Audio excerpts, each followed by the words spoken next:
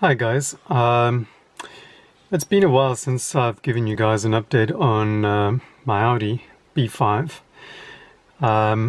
What I'm holding here in my hands is a cruise control module, apparently for this car. I'm going to just give you a little bit of an update here. As you can see here from the stalk, my Audi has cruise control. Now this button here, I don't know if you can see, this button moves to this side, and to set it you would press this button in and it would set your speed, and to increase the speed you just pull this button that way, or to decrease the speed you press and hold this button down. Obviously this is your indicator stalk. To switch it off you would do that. But ever since I bought this car, my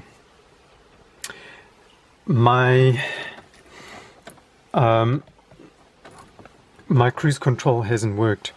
So I'm just trying to get the car on you. Sorry about that.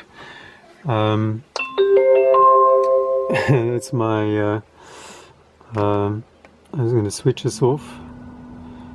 That's my DVR. My car is DVR. Okay, so that's off. Just switch the cooling off. I've had to do a battery replacement on the car a few weeks ago because the battery was dead. Just another little side update. In addition to that, the day I got back from having the battery fitted, two little pipes underneath the car, right at the back of the engine, they just decided they'd had enough, and I parked my car in the driveway, and about an hour later all the coolant in the system was on the driveway. So I had to have the car towed to the Audi dealership, who found that it was these two pipes. I thought it was the heater core, which I replaced. As you guys know, I replaced that a few months ago, and that was a hell of a job. And I actually thought to myself, well, if the heater core is packed up again, I'm scrapping this car. I'm done with it. I'm not going through that again. But anyway, they repaired it. It just happened to be two little pipes, two little rubber hoses, and they were literally this long, these two little rubber hoses. And it cost me the equivalent of about $300 to have that repaired and diagnosed. So when I got the car back, I thought, well, there's only one thing left to do on this car that's wrong, that's not working, and that was the cruise control. Now, the brake pedal has always had this like funny feel to it. You know, I've never really been happy with the way it felt. I had a new brake booster fitted 2 years ago. I've had various things done to the brakes in order to get the brake feel to feel right, but it turns out that my suspicion was right. I thought it was a brake light switch. Now, this is the old brake light switch, and as you can see, it's got 4 prongs inside. And this thing, I don't know if you can read the part number on it, if my camera will focus. But anyway, it says, oh, it's upside down. It says 4AO945515A. That's what it says on it, if you can read that. Now, I replaced this. I bought it and it's been lying around for about a month, and just 2 weekends ago I decided to replace the brake switch, and in order to do that, this cover down here has to come off. So It's not really that much PT to get it off. But it's still a pain, still a schlep. But anyway, I decided I was going to, you know, take the bull by the horns and do it. So I did it. And the moment I plugged it in, I decided to take my car for a drive, and something just said to me, you know what, the brake light switch also gives input to the cruise control system, and when I first tried to use it, all the lights came on the dash. The ABS light, the ASR light, the EBD light, they were all on, and I thought, oh my gosh, what do I do now? Something fundamental's gone wrong with the brake system. So I pulled off on the highway, turned the car off and started it again, and all the lights went out, but then the cruise control never ever worked again. So that was about 2 years ago, and I don't use cruise control all that often. I don't really go on long trips with the car. I don't do a lot of highway mileage with the car, so I've never really felt the need to have cruise control or use it. But I decided to, after fitting a new brake light switch, I took the car on the freeway, and lo and behold, the cruise control worked. All the functions were working again. Now, during the time that the cruise control wasn't working, I read up on Audi forums and Audi World and all these Audi forums that this is a cruise control module, and this thing has little transistors or resistors inside that need to be resoldered because the soldering gets a little bit old, and they need to be properly soldered, which I did. I opened this unit up, I soldered the connections as they said, as instructed. And this one is 4DO907305, as you can see there. I don't know what this 5GA00439716 means. 397 tells me it's more like a relay. It's really just a big relay, that's all it is really. Now, I didn't really know where this thing was situated on my car. A lot of people said it was there behind the glove box, so you had to take the whole glove box out, and it was sitting here somewhere below the airbag. Well, when I took the entire dashboard out the car in order to do the heater core, I did not find this thing anywhere. And I thought, well, when I do the heater core, I'll replace this at the same time. But I did not find it there. I then read on a forum that, and I'll show you that I read that it could also be situated behind or in the box where the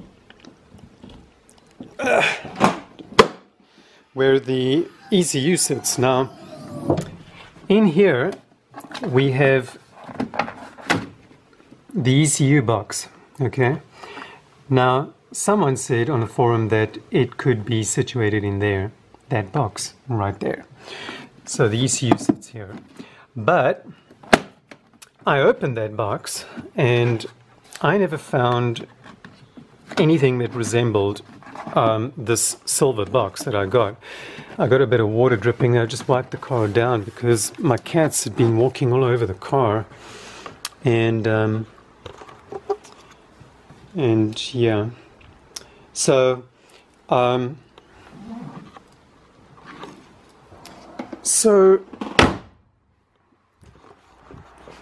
then decided to do a little more investigation, and I found that my car, these facelift models, I think the pre-facelift only uses this, and this sits, if your car's left-hand drive, it'll sit on this side of the car under the glove box, or if it's right-hand drive like my car, it will be sitting over there.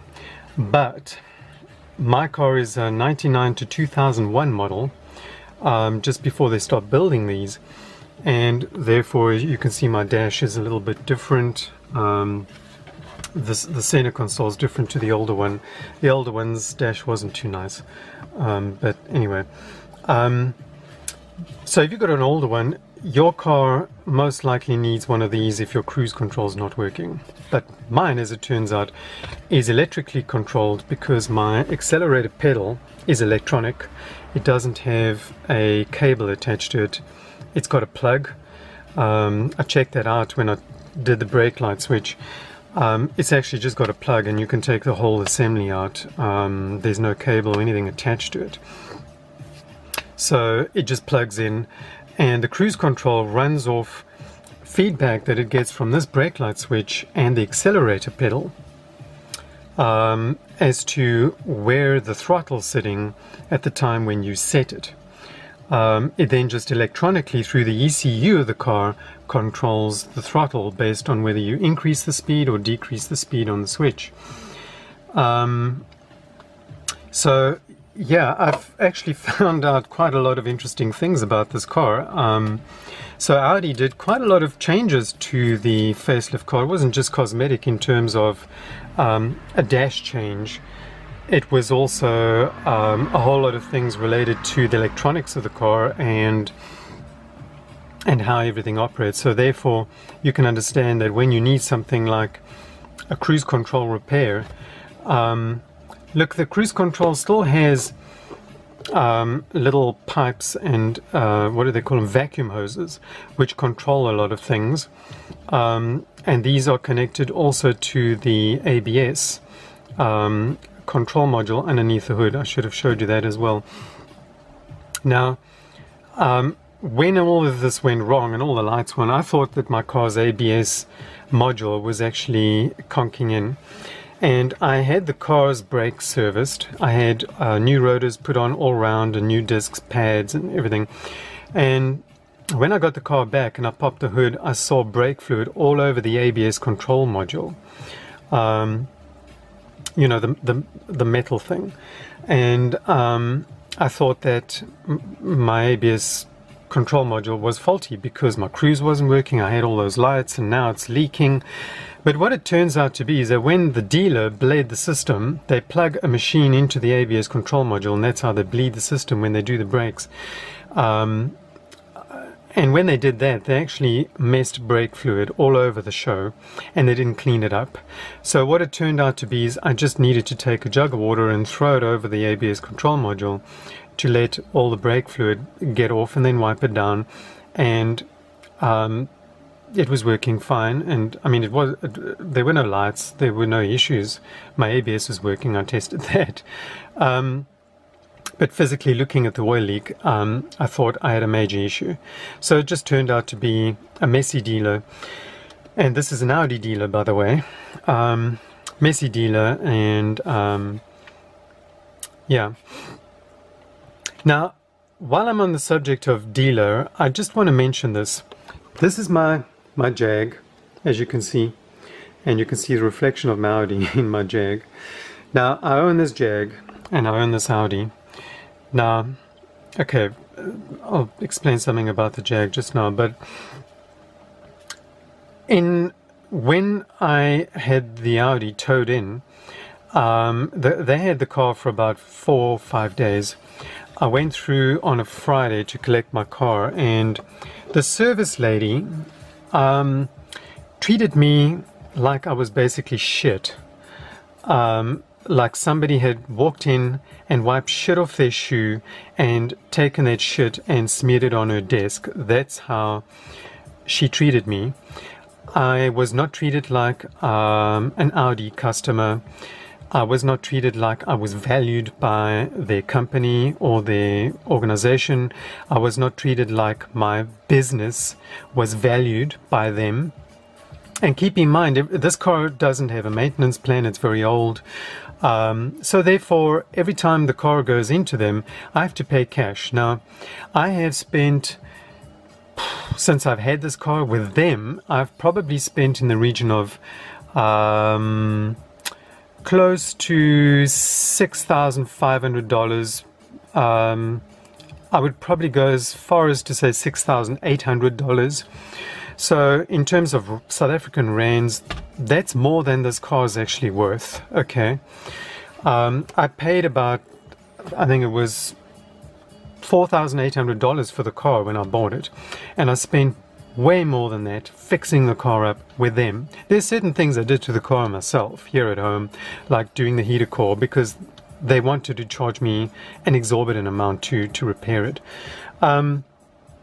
But I have paid cash every single time I've taken this car in to be repaired.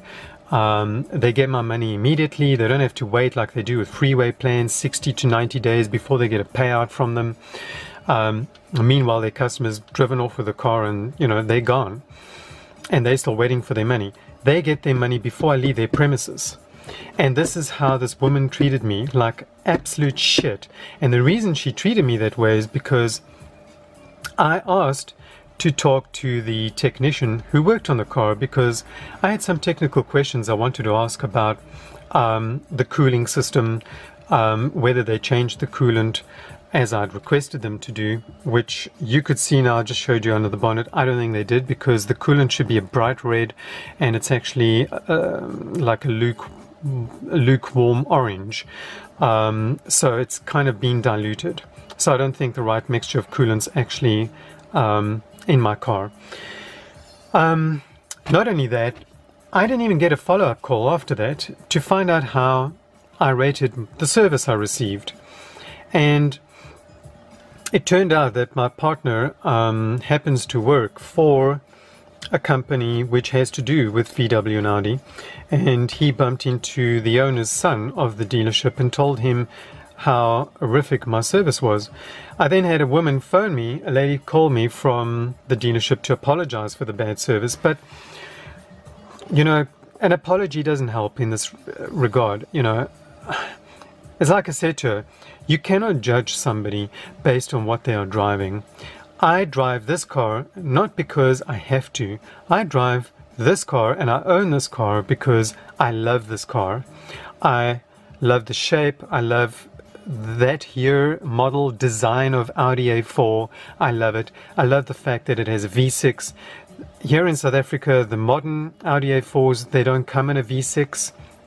They're all stupid 2-liter turbos and 1.8 turbos, and now the latest one's got 1.6 turbos and a turbo diesels. I'm not interested in a diesel car. I don't like diesel cars, and look what's going on now with the diesel that VW and Audi have, the 2-liter diesel gate, whatever they call it, which they think extends to 3-liter turbo diesels as well, which I'm not really sure of. But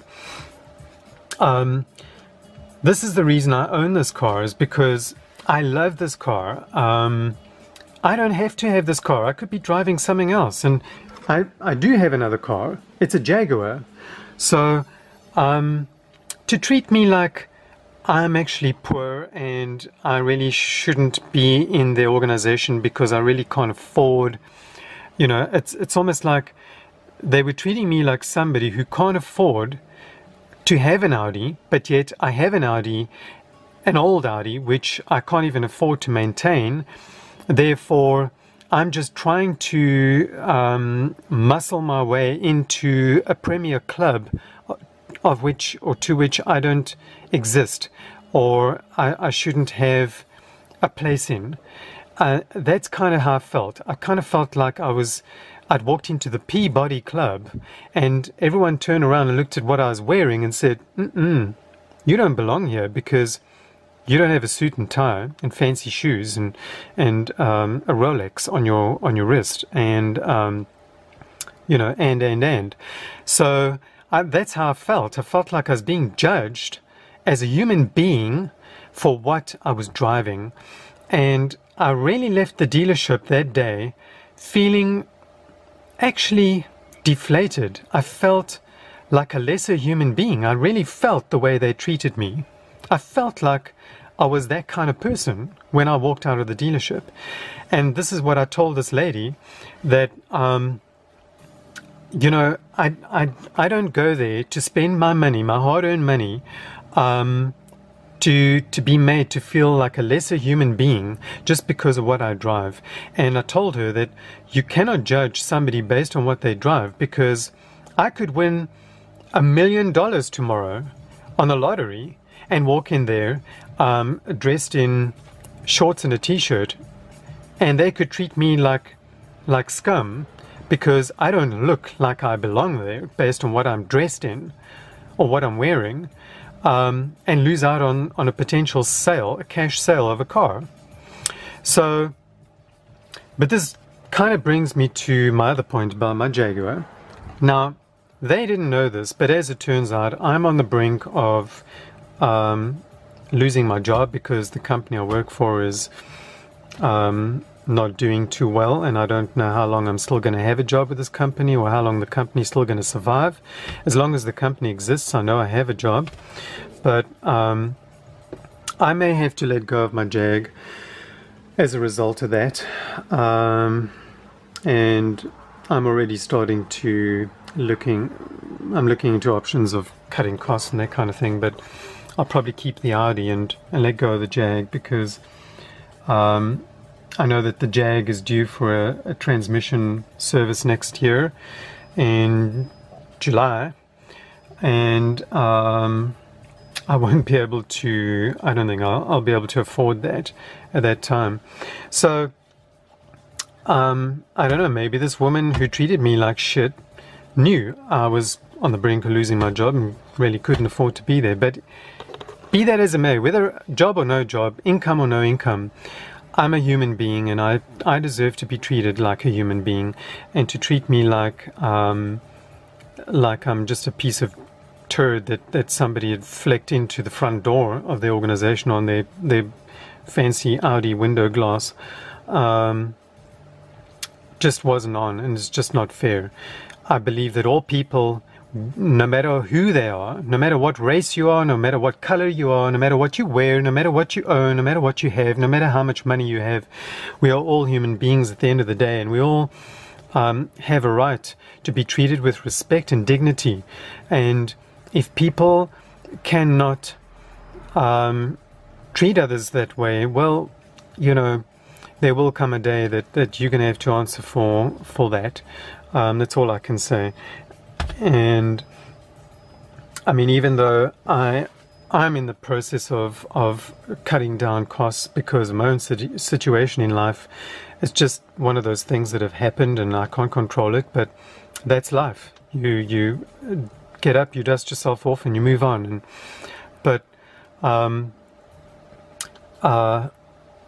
when I go to the shops in town and I see somebody begging at the traffic lights, I roll the window down and I'll give them $1, because I always think to myself, geez, that could have been me standing there. You know, I'm fortunate that I had different circumstances. I could study and I could get a qualification and you know, I could get a job. And there's somebody standing, and circumstances in life have pushed them to the limit of where they are today. So next time you see somebody standing begging for money, you know, roll the window down and give them the last bit of change you got lying in your car. You know, this is why I keep spare change in my car, is to give to people like this, because you could end up there one day. Life can turn around on a dime. So, you know, treat others with respect, love one another, and if we all do that in this world, it will be a better place. Okay, so on that very deep and philosophical note, I'm going to leave you guys with those thoughts, and thanks for watching. I hope I managed to help someone. If you're looking for information on the cruise control system of your Audi B5, I wish you good luck, and you can shoot me some questions down below in the comments box, not in my gearbox, down below, and I'll try and help you if I can. So thanks for watching. Good luck. Cheers. Bye.